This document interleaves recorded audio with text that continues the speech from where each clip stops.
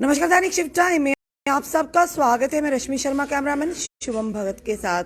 कुछ दिन पहले की अगर बात करें, राजौरी के फलाना में जो हादसा होता जिसमें 2 युवकों की जान गई थी और एक गंभीर रूप से घायल था, और जिसके चलते वहां के स्थानीय लोगों ने लगभग 7 घंटे तक नेशनल हाईवे को बंद रखा था। उसी के चलते एडमिनिस्ट्रेशन ने इंटरवीन किया और वायदा किया कि उन्हें मुआवजा मिलेगा। और साथ ही साथ अगर बात करें तो एलजी महोदय ने भी 5 लाख मुआवजे की घोषणा की, पर 5 लाख से वो घर के सदस्य वापिस तो नहीं आएंगे, पर कहीं ना कहीं जिंदगी चलाने के लिए जो परिवार के स्तंभ थे, जो परिवार के अर्निंग हैंड थे, वो वापस तो नहीं आएंगे। पर उसी के चलते अगर बात करें, यहाँ पर इस समय ST/SC OBC ऑर्गेनाइजेशन की तरफ से एक प्रेस वार्ता की गई है। उन्हीं के चलते कि उनके साथ एडमिनिस्ट्रेशन ने जो वायदा किया था वो वायदा जल्द से जल्द पूरा हो। चलिए, समय श्याम बसंत जी हमारे साथ है। श्याम बसंत जी, आज सिट का गठन भी किया गया है और एलजी ने 5 लाख मुआवजे का भी घोषणा कर दी गई है, फिर भी आप प्रेस वार्ता कर रहे हैं क्या? देखो, प्रेस वार्ता का इसलिए कर रहे हैं कि हम 5 लोगों का डेपुटेशन वहां पर गया था, परिवारों के साथ मिला था, जो हमारे senior superintendent of police Mohammad Aslam ji उनके साथ मिला था, और राजौरी के जो डिप्टी कमिश्नर उनके साथ मिला था, और पूरी बातचीत उनके घर के जो हालात हैं उन घर के हालातों को देखते हुए उनके सामने पूरी बात रखी थी।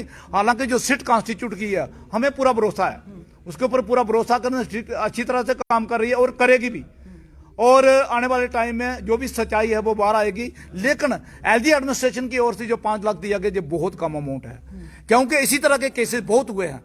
उनकी कंपनसेशन के बराबर, चाहे वो कश्मीर प्रोविंस की बात हो चाहे जम्मू प्रोविंस की बात हो, उनके बराबर कंपनसेशन मिलना चाहिए। और एक एक परिवार को जो उनके डिपेंडेंट है उनको नौकरी मिलनी चाहिए, और उनके साथ ही जो हमारे कॉलेज लेवल तक उनके बच्चे जो छोटे छोटे रह गए हैं, कॉलेज लेवल तक उनकी पढ़ाई उनकी फ्री होनी चाहिए।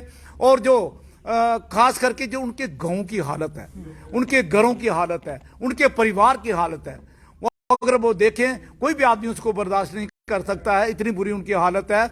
जल्द से जल्द जो एक्सग्रेशिया वो भी इंक्रीज किया जाना चाहिए। और वहां के जो ना लेन एंड ड्रेन है, पानी की सुविधा की बात करें, अप्रोच रोड की बात करें, वो किस तरह बुजुर्ग वहां पर उस मोहल्ले में चलकर जाते हैं, बहुत ही मुश्किल बात है। क्योंकि हम वहां पर गए थे, ये प्रैक्टिकली देखा था, और डिस्ट्रिक्ट एडमिनिस्ट्रेशन के सामने ये मुद्दा भी रखा था, क्योंकि वो area ward number 15 Rajouri municipal जो हमारी काउंसिल है उसके बीच में आता है। उनके बीच में आने के बावजूद भी वहां की जो हालत है, मैं चाहूंगा जहां पर जो डिस्ट्रिक्ट के जो काउंसिल के जो म्युनिसिपल काउंसिल के जो हैं चेयरमैन हैं, वो भी इस बात का संज्ञान लें, और डिप्टी कमिश्नर भी इसका बात का संज्ञान लें। एक तो अप्रोच रोड बनने चाहिए, लेन्स एंड ड्रेन्स बनने चाहिए, और हैंड पंप्स की उन्होंने डिमांड की है, हैंड पंप भी वहां पर लगने चाहिए, जैसा हमारी तरफ से अपील रहेगी।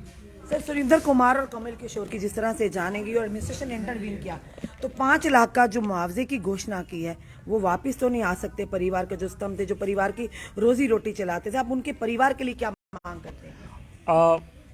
हम उनके परिवार की प्रॉपर रिहेबिलिटेशन हो। रिहेबिलिटेशन 2 या 3 तरीके से हो सकती है।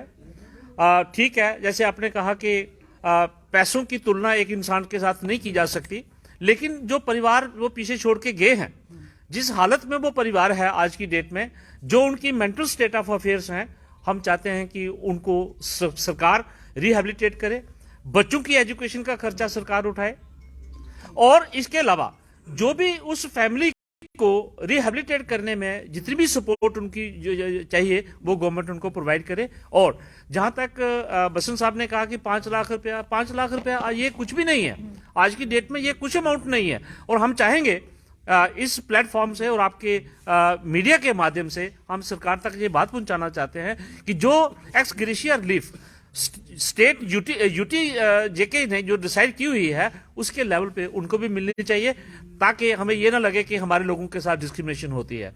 हम अदरवाइज ये बात फिर हम मुद्दे में ये बात फिर से हम उठाएंगे। हम यही अपील करते हैं कि एक्स ग्रेशिया रिलीफ को इम्प्रूव किया जाए और एट पार किया जाए विद अदर इंसिडेंट्स। सर, आपका नाम? सर, मैं लोकेंद्र सिंह रवि जी। सर, क्या कहें, जो इंसिडेंट हुआ था फलाना राजौरी में और जनता ने काफी रोष जताया था, उसके बाद इंटरवीन हुई एडमिनिस्ट्रेशन का, क्या लगता है कि जो वायदा किया गया एडमिनिस्ट्रेशन की ओर से उस परिवार के साथ, जो बिल्कुल हैंड टू माउथ है और उन्हीं के घर का चिराग थे जो चले गए, तो किस तरह से इसमें जल्द से जल्द कार्रवाई होनी चाहिए?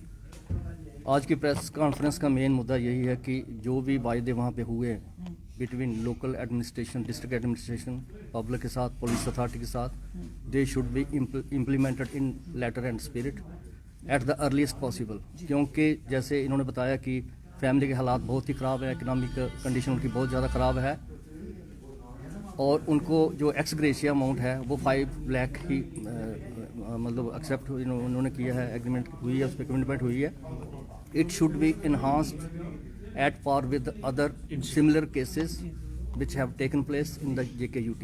सीट का गठन किया गया है, आपको सीट पर विश्वास है कि हमें दूध का सीट दूध पर और पूरा विश्वास है। पानी सामने लाएंगे सर। हमें सिट पर पूरा विश्वास है, हम पूरा उसकी ऑनर करते हैं, लेकिन हम चाहते हैं कि सिट की जो इन्वेस्टिगेशन है they should come at the earliest, और ताकि उनको जो रिलीफ है they should get the relief ex gratia amount at the earliest, that too in enhanced manner.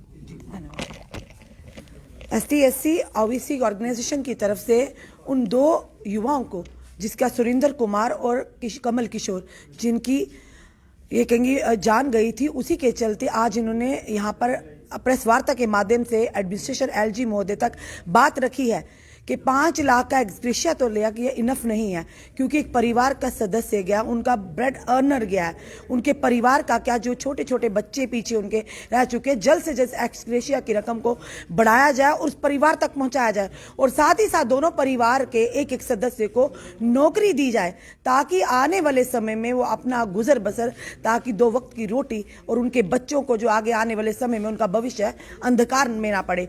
और साथ ही साथ जो एरिया की वहां की बात बताई है कि म्युनिसिपल कॉर्पोरेशन के अंदर आते हुए भी एरिया की जो खस्ता हालत है, तो आपका बैक टू विलेज 1, 2, 3 और 4 क्या कहना है, एक बहुत बड़ा सवालिया निशान है।